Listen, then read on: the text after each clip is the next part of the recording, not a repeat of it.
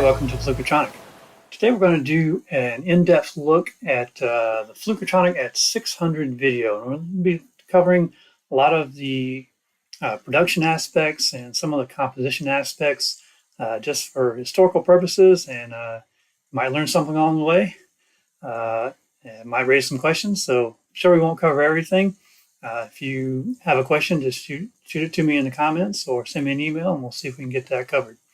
So today we're going to be covering three aspects: the new trailer that we're going to be hearing for the next 100 videos, and then we'll look at the introduction section to the Boxcars song and the main song. So three aspects. So let's dive right in and we'll look at the trailer.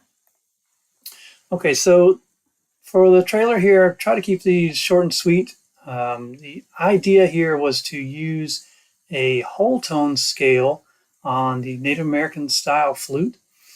So starting with what I would call the C position, going straight up the flute. Most modern Native American style flutes will give you a whole tone scale. So I was trying to exploit that. And that's what you see here with the G sharp flute here. So let's just, this is short enough, let's just play the whole thing, then we'll kind of talk through some aspects of it.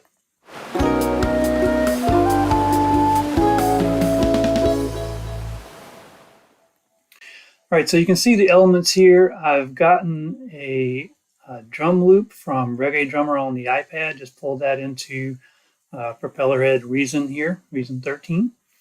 I've got a timbre bass track and ocean waves, just kind of go along with the new theming for the trailer portion of the videos. And then two ukulele tracks, so a bonanza tenor, as well as a soprano long neck. Both are in B tuning, so that kind of affected which flutes I would have available. So they're tuned semitoned down from regular C tuning on the ukulele. So then I've got, let's see, 1, 2, 3, 4, no, just three.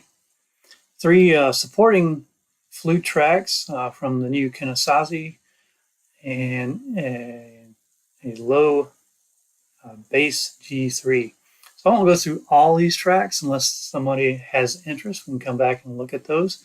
So you've got kind of three harmony tracks: the melody track, which is mostly the whole tone scale, like I said, and the ukuleles. So composition for this, I can find it, here we go. So I wanted to start with a C whole tone scale. So there's really only three chords. The first is a C major 9, and then, so that gives me the C, D, and E notes. And then from there, I need to jump to F sharp, G sharp, A sharp. So finding a chord that will fit those three notes, and that's the A flat 9 chord. And then kind of ending, I guess you would be going to C, D, and E notes, but not really. So I kind of broke the pattern of strict whole tone scale, but ending on kind of the B flat, C, D, if you will. And that's the B flat major 9 chord. So with these extended chords for ukulele, it's really hard, in fact impossible, with 4 strings to play all the notes in ninth chords like this. So what I decided to do, since I've got the bass underneath it, was to drop the bass note for the ukulele chords, and when you do that, you come up with some rootless variants, which look really weird, but in context, they actually work. So if you're a ukulele player, here are the chords I actually ended up using for those three main chords. So E minor 7, so there's kind of this phantom C, if you will, and C minor 7 flat 5. That's kind of definitely a strange chord, but there's an implied A flat underneath this, and then an implied B flat on this one gives you actually D minor 7, so very normal chord there. But again, when you put the bass note underneath it, it all sounds like it's supposed to. So those are the chords. They're kind of weird, especially these middle two. So going between those, true confession, I was not able to play those live. So if you look at the ukulele tracks, you can actually see that in the comp edit. So I basically had to play one note or one chord at a time and splice those together. So to get the final product there. But there you go. That is the trailer. Again, just 3 or 4 seconds trying to open these videos and get straight into what you really want to hear from the Flukutronic channel. So that's the trailer. So now let's switch over to the introduction portion of the song. And well, actually, let's talk about composition first. So as I was planning this track, I was thinking, what can I do for a 600 video?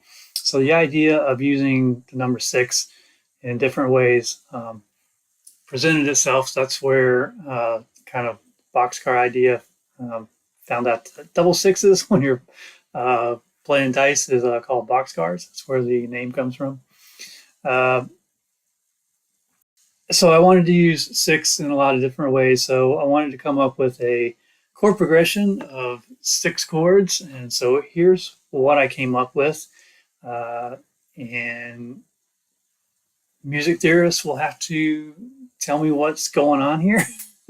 I kind of know, but yeah, it's kind of a weird chord progression. So starting off in C major, jumps to F minor 7, which really you can kind of think of that as a switch to C minor. All right, so starting in the key of C major, immediately switching to C minor. So if you think in terms of C minor, this would be the 4 chord, then the 7 chord, and going into C minor. All right, so the middle 3 is kind of a C minor section, and then going back to, got to get back to C major somehow. So going from there to the F and the G suspension. So then you're essentially switching back to C major scale to get back to turn around to the C. So it's kind of half major, half minor, how it worked out. So in terms of the introduction, I'll show you what I came up with there. That is, if I can find it.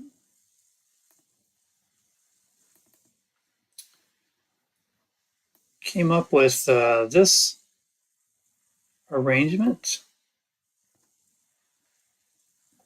So you see on the top here, there's the chord progression, C, F minor, etc., etc. And in the middle here, I've got four flute tracks, and the time signatures look, or key signature looks weird because these are all transposed differently. So in order to get these into the right written range, or these are all transposed. So they all do actually fit together. I could show you the untransposed version, but it's in the key of B, and everything looks really ugly in the untransposed version. So getting these things to fit well on all the flutes, as far as the range and the notes that you actually play on those different flutes, was kind of the challenge here. So you can think of this really as kind of a typical quartet. I've got a bass B, Native American flute, and then tenor is a C sharp Shao flute. Alto is an F sharp Native American flute, and then an A whistle on top for soprano. Kind of think of it as a standard quartet, and then on top of that is a melody line that is a G sharp Native American style flute. And so compose this melody, put them all together, and that is the intro. And when I got around to playing it, it's a little bit hard to make some of the transitions, especially with the ukulele chords. So I actually slowed it down from the main part of the song. So this is 90 beats per minute. The main part is 102. And this is fairly short as well, so I'll go ahead and play this whole piece, and so you can listen back to this and maybe see if you can catch all the parts.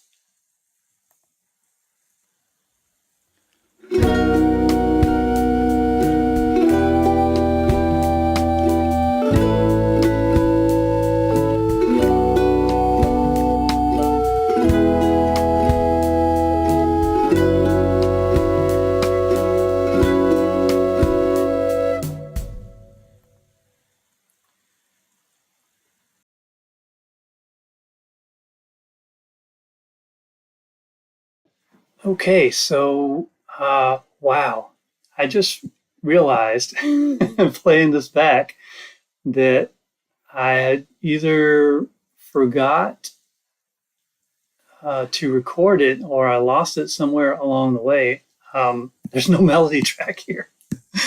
Oops. So I will go back and finish that a little bit later and post that separately. So looking back at where did it go? Lost it again. Here. There was supposed to be a G sharp melody track, and that's not in there. Okay, so we will remedy that at a later time. I'm not going to repost it now, so, or not going to try and fix the original video now, but we will fix that later. Okay, so that is the intro portion. Now let's go ahead and look at the full production. So what I wanted to do here, again, we're looking at number 6 and trying to reuse that. So what I wanted to do was to use 6 different styles of flute, or tuning systems, if you will. So what I'm doing is each pair of flutes gets a turn, and where did you go? So I've got a melody whistle or melody flute and a harmony flute in each section. So in each one, so verse 1, I'm using 2 whistles. Verse 2, 2 shout flutes. Verse 3, 2 Pueblo style flutes. One of them rim blown and the other not. Verse 4 is 2 Shun flutes, 2 copper flutes for verse 5, and then verse 6, wrapping it up with 2 Native American style flutes. So it did get a little bit long, honestly, with all the different variations. If I make an album version of this, I'll probably not do it this way. I'll probably make it a little shorter and a few less flutes. But for this exercise, that's what we did. So we got 12 different flutes on this track. So if we go look at the session, and we'll not play all this today, you can look back at the video. But just kind of going through the session here, we've got a 5-string bass. So making use of the low B string. That's another reason I wanted to use some B transposing instruments, be able to make use of that. So Kala's solid body U bass. Drums I programmed in Reason 13 here. So those are all generated drums and kind of programmed in there with the beat map device. I've got an electric piano track, and this was played on the new Strizo board MIDI controller. So that's organic in a sense, even though it's an electronic instrument. And then same to ukulele. So says concert's really a soprano long neck, and then a tenor scale kind of played left and right there. And then below that, you just have all the all the flute tracks, right? So each pair of melody and harmony. Melody's always on the left, like you see in the video. Harmony was always on the right. So if you're listening in headphones, you can hear that. The ukuleles were also panned kind of left and right. You can hear that as well. So there's the rest of the session, just progresses down and across as we go there. So all the flutes I captured on video, as you see in the video. The rest of the tracks I had played beforehand, so you don't see those being played live in the video, but so what? It's what it is. So in terms of the session here, nothing too exotic in terms of the mixing session. I've got a plate reverb, I think, was just the main reverb. Convolution. So just one reverb and a delay on the ukulele track, and that's really it. So fairly clean in terms of processing, just mix and pan and basic mastering, leveling. So nothing too exotic there. I guess one more bit of information here. If you're a ukulele player and curious about the chords, these ended up being a lot easier than the trailer, actually, because these are just kind of typical ukulele chords. Did not have to overdub very much on these. So here they are. They're fairly simple. B flat add 9 is a little bit tricky maybe, but other than that, they're pretty simple chords, and ended up using your typical F chord, probably more than what's written here too. But yeah, didn't stick strictly to this during recording session, but this is kind of the basic idea behind that 6-chord sequence. Okay, so I think that's about it. I do want to give a word of thanks to all the instrument makers represented here. I've got 12 different flutes, almost as many makers. There were a couple of repeats. 12 different flutes, and of course 2 instrument makers, Pete Mai and David Hansen, primarily there. So thanks to all of them, without whom I could not do what I do. So also thanks to all the listeners and supporters of the Flukutronic channel. So we're all set here for the next 100 videos. So yeah, let's get to it.